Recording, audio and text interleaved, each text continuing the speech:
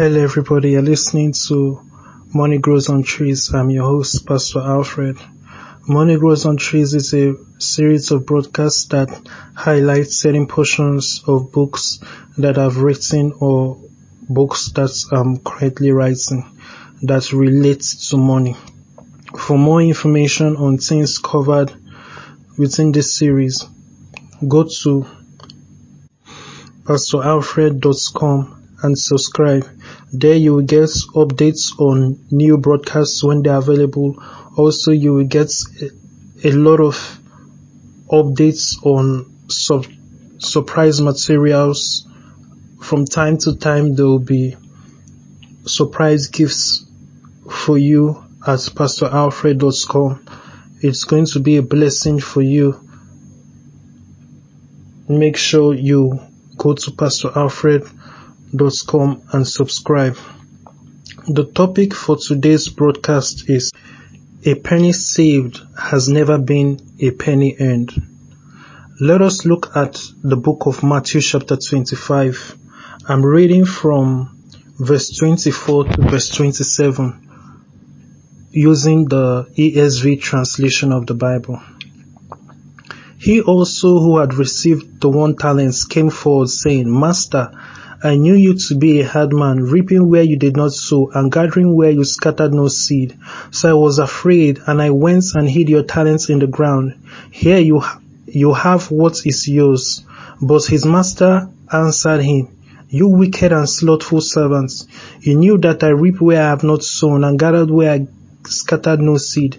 Then you ought to have invested my money with the bankers, and at my coming I should have received what was my own with interest. Praise the Lord.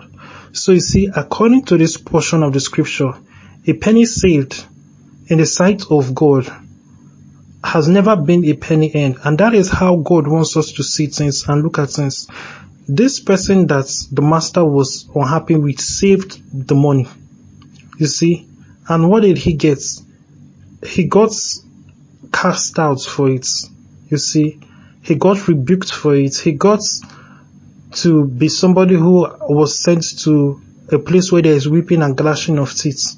You see, and a lot of people are sent to an undesirable place because they believe in saving money. They believe in the value of saving money. They believe that a penny saved is a penny earned.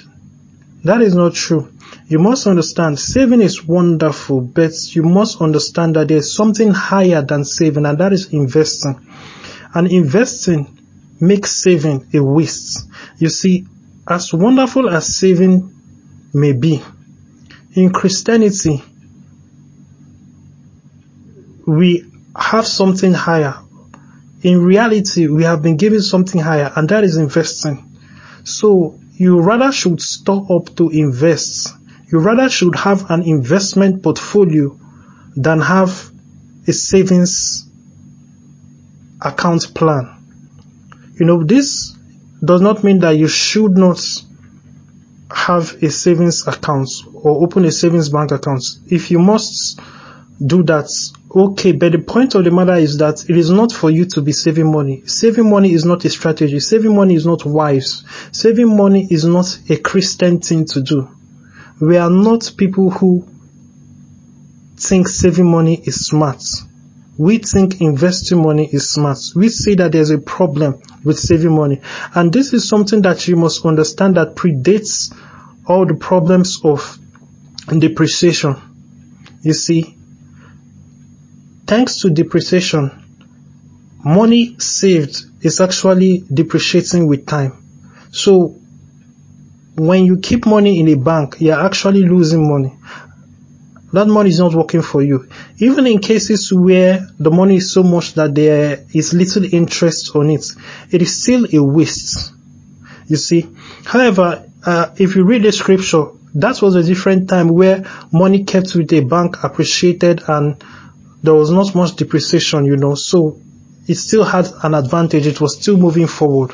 So it still had that investing effect of when you keep your money in the bank, the money was growing with time.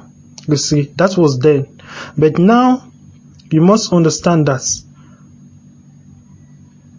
keeping money in a bank is the same thing as having a hole in your purse.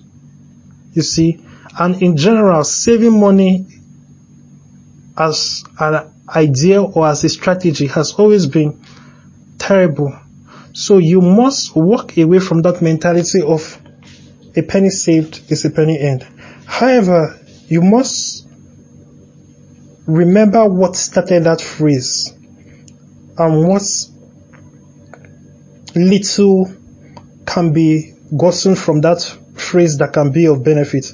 And that does not mean that the phrase should be authenticated or kept around. It just means that rather than saying a penny saved is a penny earned, you should say something else. You see, you should understand the value of investing, and you should understand the value of not spending money. You see, money should be used wisely. So, when you live your life in a way that you are not spending money extravagantly, or you are not spending money unnecessarily, you are actually at an advantage. Let us look at the book of Luke, chapter 15, verse 11 to 14. I'm using the ESV translation. And he said, there was a man who had 2 sons, and the younger of them said to his father, Father, give me the share of property that is coming to me. And he divided his property between them. Not many days later, the youngest son gathered all he had and took a journey into a far country, and there he squandered his property in reckless living. Watch that. And there he squandered his property in reckless living. So this person neither saved, he didn't save money, he didn't give money, but most importantly, he did not invest money. You see? Now let us read on from verse 14. And when he had spent everything, you see, he spent everything, a severe famine arose in that country, and he began to be in need. So you see where the problem came from. Zero investing. Investing was not part of his financial strategy. So this is something you must understand. As a Christian, as a human being that is on this planet, you must be an investor. It is compulsory. It is undebatable. You see, it is unnegotiable. You must be an investor. You must invest. And you must have the mindset of an investor, and you must increase your investments. That is how money should be looked at. That is how money should be treated. So, a penny saved is not a penny earned, and it has never been that way. Right from the beginning of time, right from Bible days till now, even much more so now than ever before. Saving money has never been wise. It has always been a matter of investing money.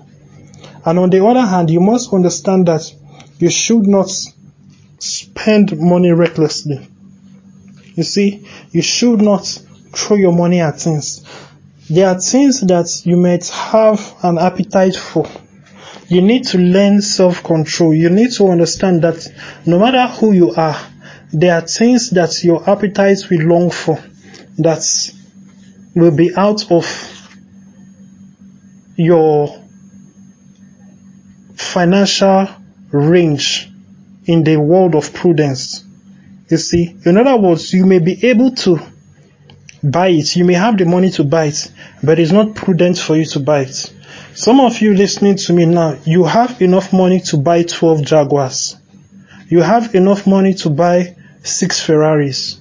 You have enough money to buy 2 private jets. But you see, it is a waste for you to do so. It is not prudent for you to do so. You see, you must understand that there are things that will be outside your range of prudence, no matter how much money you have. You see, and I'm not just talking about things that may seem extravagant. There are things that may not be extravagant, but it's not in your best interest to spend your money on those things. You see, you must understand that if you have food at home and you have wisely constructed your diet, you don't need to go out every day and be buying food outside. Some people are always patronizing restaurants, and restaurants make a lot of money by serving people a plate of food for the same price that it will cost that person to buy the ingredients that will be necessary to create that same quantity of food in that plate for an entire month. You see, it is sad. The amount of money you use to buy food, one meal in a restaurant, is enough to feed for a month. In many cases, not to mention the waiter who asks for a tip, which is 10%. So that is money going and going and going. Prudence is about doing what is right, doing what is wise. You know, it does not matter if you have the money to eat out every single day. You should not eat out every single day because it is not prudence. It is cheaper, it is better, it is more healthy, and it is much more safer for you to cook and make food yourself. There are a lot of instant meals nowadays. There are a lot of meals that can be quickly made, even if you're a bachelor. You see, even if you do not know how to cook, there are a lot of semi-ready meals that you could just pop in a microwave and get out your meal. You see, you must understand the world of prudence. You must understand you have to be prudent. The fact that you have the money does not mean that you should spend it foolishly. You see, that will lead you into trouble. Eventually, it always does. So, in as much as a penny saved has never been a penny earned, you must understand the value, what little spark of advice can be seen in that, and which is, do not be somebody who spends money that does not yield for them. When you spend money that does not increase the amount of money that you have, when money leaves you and your financial value does not increase, or on the other hand, it is not something that is necessary for your sustenance or something that is really valuable, as far as it is something that you can do without and be comfortable, it is often in your best interest to do without it and be comfortable, you know. So try to understand that and try to make up your mind that you will not spend money that you don't have to, even if it is nickels and dimes that you are spending on something, even if it is something that is so minute compared to the great amount of what you have. You must be prudent, and for prudence sake, don't spend it. You see, it doesn't matter how little that amount is. Stop spending money on things that you can do without. Stop spending money on things that are not necessary, you know. So keep that in mind. And that is it for today. Make sure you go to pastoralfred.com and subscribe. There you will get updates on new broadcasts when they are available, and also books that I have written when they are available. You can get them on my sites for the ones that I'm currently writing, and also when it comes to the ones that I've already written, you can see links to them on my site. Make sure you get them. They will all be a blessing to you.